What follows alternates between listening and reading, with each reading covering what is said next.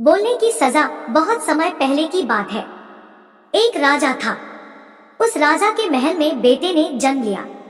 राजकुमार के होने की खुशी में राजा ने पूरे राज्य में मिठाइयां बंटवाई और धूमधाम से उसका स्वागत किया। धीरे धीरे दिन गुजरते गए और राजकुमार की उम्र बढ़ने के साथ साथ उसका स्वभाव भी बदलने लगा। राजकुमार एकदम शांत और मौन रहने लगे। वो ना ही किसी से ज्यादा बात करते और ना ही किसी से मिलते थे और सारा वक्त चुप ही रहते। राजा राजकुमार के इस स्वभाव से काफी परेशान रहते थे। राजा सोचते थे कि चुप रहने वाला राजकुमार प्रजा को कैसे संभाल पाएगा। राजा की चिंता दिन पर दिन बढ़ती जा रही थी।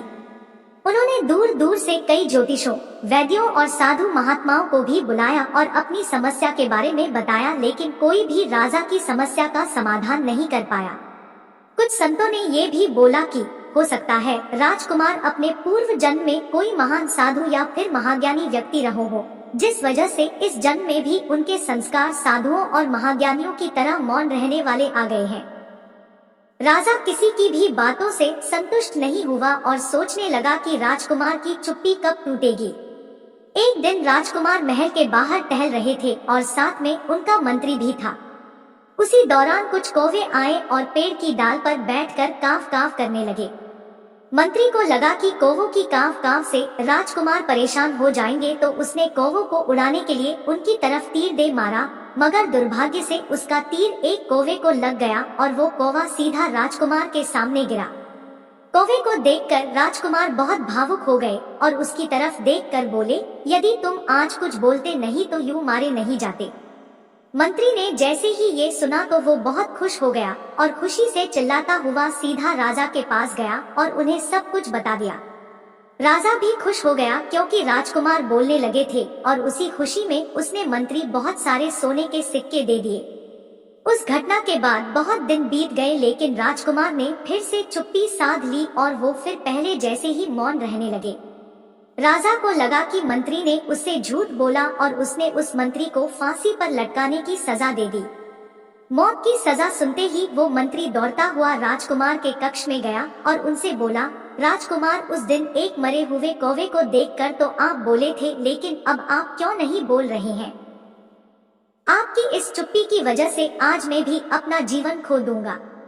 मंत्री की बात सुनकर राजकुमार बोले, अगर उस दिन तुम भी कुछ नहीं बोले होते तो आज तुम्हें फांसी की सजा नहीं मिलती। कभी कभी चुप रहना ही हमारी समस्या का समाधान होता है। वैसे तो बोलना बहुत जरूरी होता है, क्योंकि हर बार चुप रहने से काम नहीं चलता, लेकिन हमें ये बात भी अच्छी तरह मालूम होनी चाहिए कि कब, कहाँ, कितना बोलना है। कई बार हम जरूरत से ज्यादा बोल जाते हैं और वही चीज हमारे लिए मुसीबत खड़ी कर देती है। इसलिए जब भी बोले, अच्छा बोले और उतना ही बोले जितनी जरूरत है, और अगर ये आपसे नहीं हो पाता तो मौन ही रहो। झूठ बोलना और बेमतलब की बातें करना मुसीबत को गले लगाने जैसा ही है। आपने कई लोग ऐसे देखे होंगे जो बहुत बोलते हैं और कड़वा बोलते हैं। ऐसे लोग अक्सर किसी ना किसी से वाद विवाद में उलझते ही रहते हैं और कभी तो बात हाथापाई तक पहुंच जाती है। कई बार जरूरत से ज्यादा बोलना विवाद का मुख्य कारण भी बन जाता है।